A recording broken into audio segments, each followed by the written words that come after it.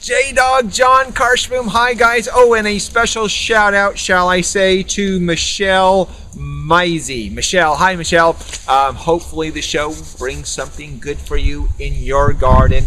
Hey, if you're thinking about planting a plum tree because you enjoy plums, and plums I always think of as a kind of a 50-50 fruit. You bite into it, sometimes they're just great and sweet and delicious, and then you're in plum heaven, and sometimes you bite into it and it's just not that great tasting. And so when you get a plum tree, really study that variety and make sure that you like it, because plum trees, the neat thing about them is they're so prolific. They tend to be very prolific, lots of fruit on them, and so you can make lots of friends by sharing some delicious plums. But another thing to think about when you're planting a plum tree is that it requires a pollinator. So that means if you like one, you've got to take the other to pollinate it.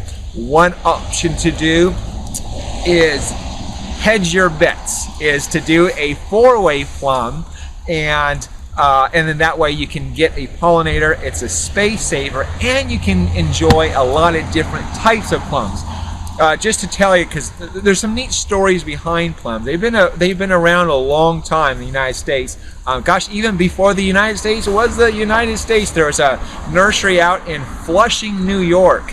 A fruit tree grower in 1771 selling 33 different varieties of plums. So this has been cooking for a long time, but let me go over some quick ones for you just to give you an idea of the different kinds and styles you find on a four-way tree. So let's just start out here. Dwarf Satsuma plum. The Satsuma plums are a red plum with red flesh. Those are the red on red. And Satsuma, it was from Satsuma region, Satsuma Valley, Satsuma City in Japan. That's where that was made from, and a lot of the plums are kind of a Japanese variety.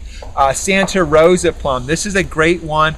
That's a kind of a red, and I mean burgundy red plum with kind of a yellow, with a little bit of pink flesh, should I say. Great fresh eating plum. Now there, on this particular one, there's an Italian prune. Sometimes it's called Italian plums. And if you'll ever notice in the grocery stores nowadays, by the way, prunes kind of have this one type of connotation, you know, for, I want to say old folks, even though prunes are great eating.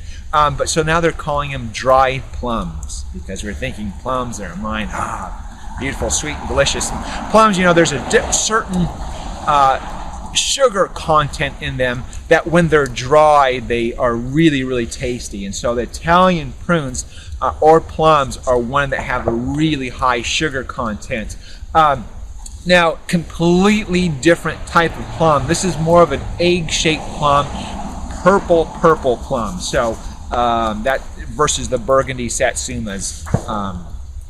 Burgundy red. So anyway, that's Italian prune or Italian plum. And also, by the way, plums and prunes. Now, oftentimes they're freestone. That's what they call them. Freestone is when that pit inside of them pops out real easy. And then sometimes they're called semi-freestone, which means that they're not easy at all. I call them clingstone because those are the kind you bite into it, you like it, and you bite into it some more, and then you've got a little bit of meat around the pit, and so you pop in that, pop it all in your mouth just to get it all, and then you swallow it, the seed.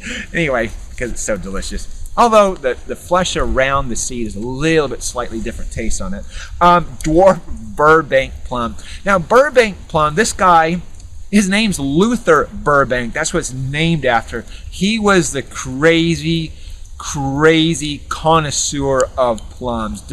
He wrote 12 volumes just on plants and botany and botanical different varieties, and he cross-pollinated a lot of different world plums. This particular one developed 100 years ago, named after him because he did it, by the way. Anyway, the Burbank plum is a great red burgundy plum, great fresh eating, has a lot of great attributes for just it's one that's a for sure bet as a winner. Anyway, 4-way plums, kind of the quick and dirty, fast and furious low down on plums. So anyway, guys, that's the show for the day. Here's your thought. I have decided to stick with love. Hate is too great a burden to bear. Thank you very much, Martin Luther King Jr. Martin Luther Burbank. Hey, the show's got it all together. Guys, live your passion. You see me right out of the sunset on the color TV screen.